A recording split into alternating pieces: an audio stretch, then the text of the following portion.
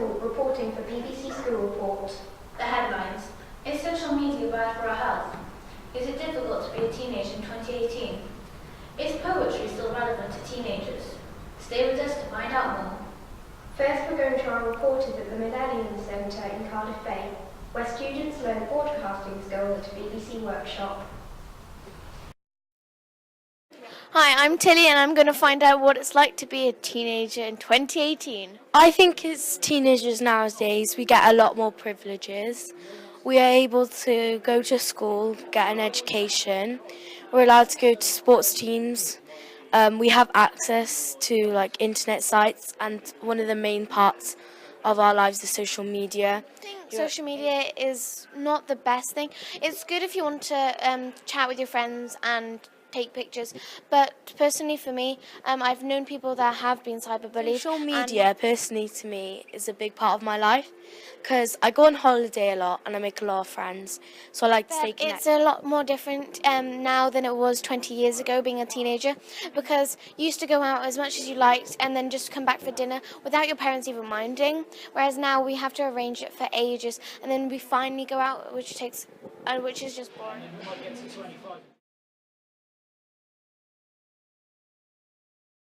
For that, our other team compiled their own report.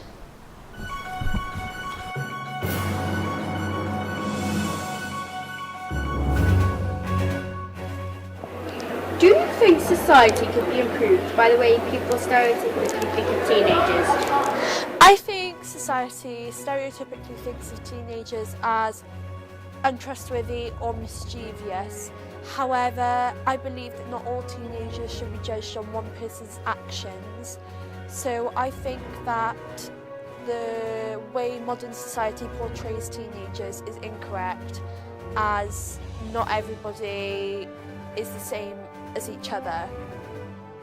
What is the difference between being a teenager and a child?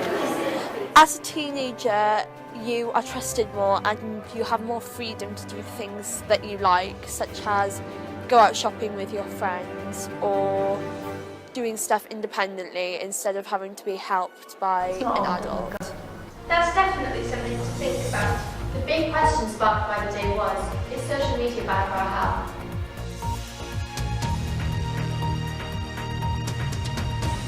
This is Howell School Landaf, Cardiff, and this is our report on the pros and cons of social media for BBC News School Report. We've been talking with family and friends to gather a range of views. We found out that social media can be a positive thing, but can also have negative side effects. Let's see what they have to say. I think the benefits of social media are that you can communicate with friends who are maybe on the other side of the world or far away from you. Keep in touch with each other, find out about the world, and just opens up new opportunities for everybody. It made the communication very easily. It made the world like not just a small village, it's like everyone living in one house. Social media helps people stay friends because if they've lost touch, then they can get back in touch again. Sometimes if you only communicate with people through social media, your friendships aren't even real. They can be artificial. Relationships is mainly made up of people talking and being with each other. Social media is a poor substitute for real life. To an extent, yes, I think it can be antisocial, maybe when your family and the dining table, but if you use it the right way, then it shouldn't be antisocial. It can lead to problems. I think people are spending long hours on social media, thus limiting the time that they have to spend doing other things that they would enjoy. It can have a really bad effect on people's mental health, and you can get cyberbullying. I have a sister and her friend has several social media accounts, and all the people she chats to on them she knows in real life, but they bully her. But online, they're really friendly to her. So she keeps thinking that they're friends, but they're really not. Some people do feel like they have to get social media just to fit in with people. I wouldn't tend to use social media to meet up with friends. I would just do it to look at posts, but I don't have it, so I don't see the point in it. Social media can create peer pressure because people are constantly maybe pressurised to look like celebrities. I think if you use it for a safe amount of time and you don't get obsessed by your appearance and everything on social media, then it doesn't cause mental health problems. sometimes. It can be quite addictive, and lots of people choose to live their life through social media. I just generally like social media because I think it's a fun thing to do. I think some people think that you have to have social media just to fit in, but personally with me, I don't think that's the case. As long as you're proud of who you are and you don't need to look like everyone else, then you're fine. Social media can be beneficial, but it's no substitute for reality. So, we've discovered in our report how social media can enhance our lives, but also should be used with caution because it can damage our well-being. This is Howell School Llandaff, Year 8, reporting for BBC News School Report.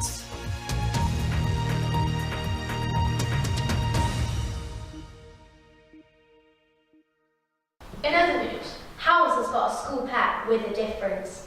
She's a golden retriever with a personality. She became part of the school in September, and students were excited for her arrival. Since then, she has become a part of the school community, but not everyone would agree. Before she arrived, some students were anxious for her arrival, and even had bad allergies causing concerns in the school. The school gave all the students a chance to interact with the dog, and since then the students feel happier and more secure. And now she is an important part of Howell's community. What made you decide you wanted to be a poet?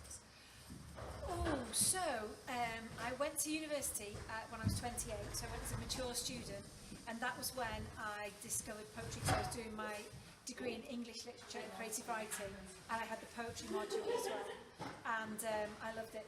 I just fell in love with poetry. I fell in love with Shelley and Byron and Keats and William Blake, and it was just wonderful. Where do you get your ideas from? For me, I get my ideas from going out into the landscape. A lot of the time I have 2 big rescue dogs and I walk them for miles every day, and I get my best ideas when I'm walking. So I'm walking in forests, or I go wild swimming, or I ride my bike through the woods, or I go hiking up mountains. The trees give me great ideas. Do you think a poet needs to be taught to write poetry? So I don't believe that there's just a special few people who are very good at poetry and literature, and then the rest of us just have to sort of bow down. I think that it's a skill that anyone can learn. It's a craft. It's like if you wanted to turn wood or anything else that's a craft. You don't have to go to school to learn it. I think you could learn it by reading other poets. In fact, the best way to learn about poetry is to read and listen to as many other poets as you can, and then start creating your own work. Do you think it's important for girls to try to be poets? I think it's important for girls to be whatever they want to be. I think it's important that as women we understand that we have so much potential, and that often the thing that stops us doing what we want to do is this silly voice in our heads that goes, oh, I couldn't do that. He would be so much better at that than me.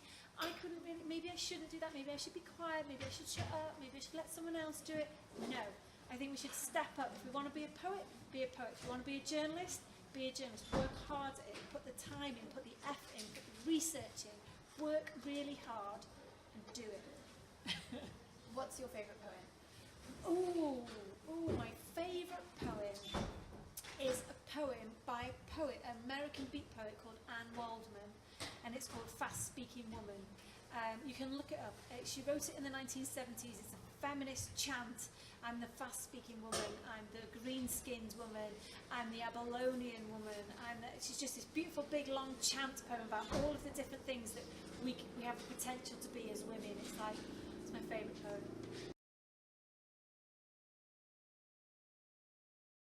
That's it for our roundup today. Join us again for the latest Howell's news. Thank you and goodbye.